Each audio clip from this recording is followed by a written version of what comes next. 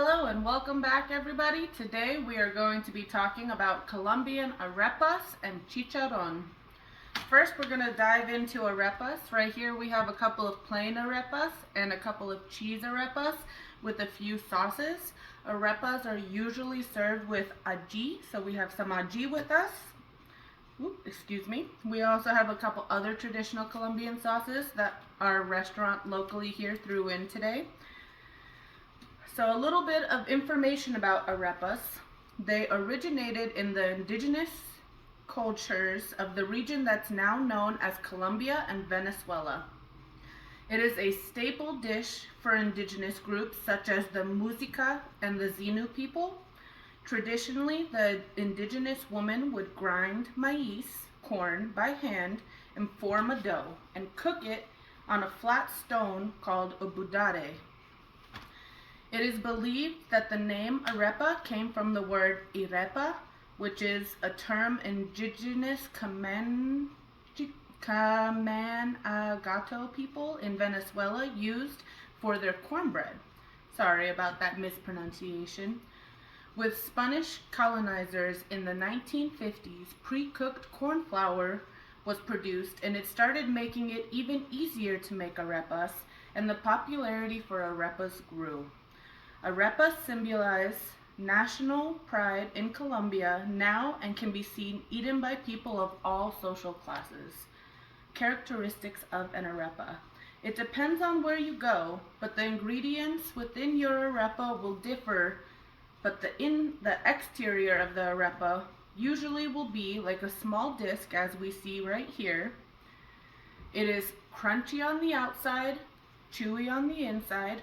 Sometimes it's filled with cheese, like we have 2 cheese ones here, but for the most part, it is flat and it is like a corn shell.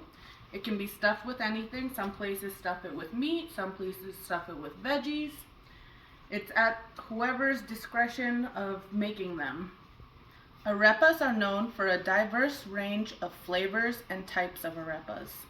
Arepas are usually eaten for breakfast or afternoon snack. Most times they are served with a spicy condiment named ají, like I talked about earlier. Ingredients include pre-cooked white cornmeal, masarepa, water, and salt. Butter and shredded cheese can be used to also enhance the flavor. Now, before we move on to chicharron, we're going to try one of the arepas. Let's try this one right here. I'm going to try this sauce, and then we'll move on to the chicharron.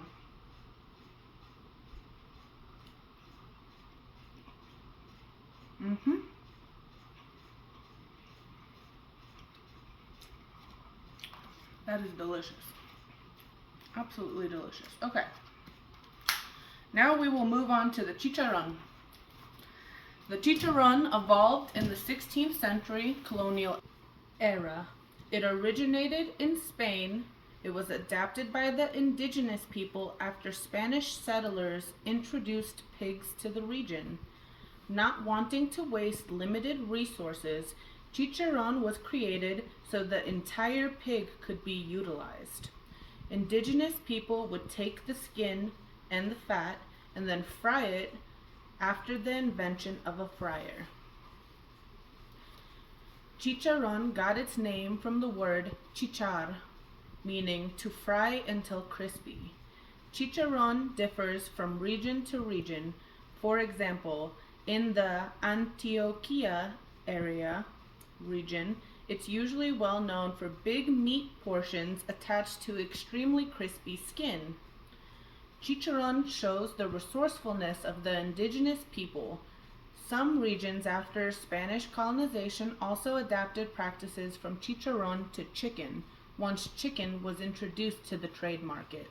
Characteristics of chicharron is that it's chewy yet crispy, and it's fatty pieces that are mixed with meat pieces that are still attached to the fat pieces with the skin.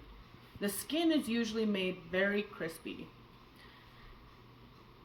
In some areas, you can also find chicharron as just skin rinds, which is just the crispy skin, and it's usually fried until it's kind of like a chip. Chicharron is found in two varieties, the chip version like we just talked about, and it's also called curielto, or chicharron torcido, or meat attached to the skin, which is also called chicharron chocho, which is another word for belly. Ingredients: it is pork belly seasoned with cumin, oregano, lime juice, and garlic, marinated for some time before adding salt and a little bit of baking soda before frying to perfection. So now, before we move on, we're gonna try the chicharron.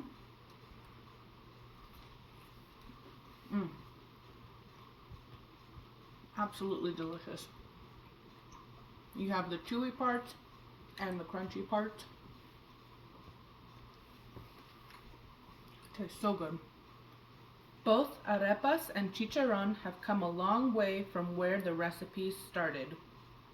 Both are also key components to a special Colombian dish that I will be featuring in my last podcast. Hint, it's Colombia's signature dish. Can you figure it out? Tune in for the last podcast to find out what it is. But before we let you go, if you want to get your own arepas and chicharron, at the end of this video, I will provide an address, but I got this locally here in Aurora. It is off of Hampden.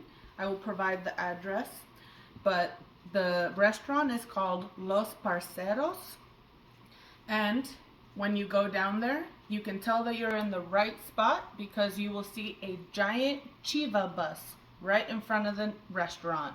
The chiva buses is what they used for everyone to travel. Everyone would put everything on top of the bus and get in on the bus. So you better go check that restaurant out, and I hope to see you at my next podcast. Thank you.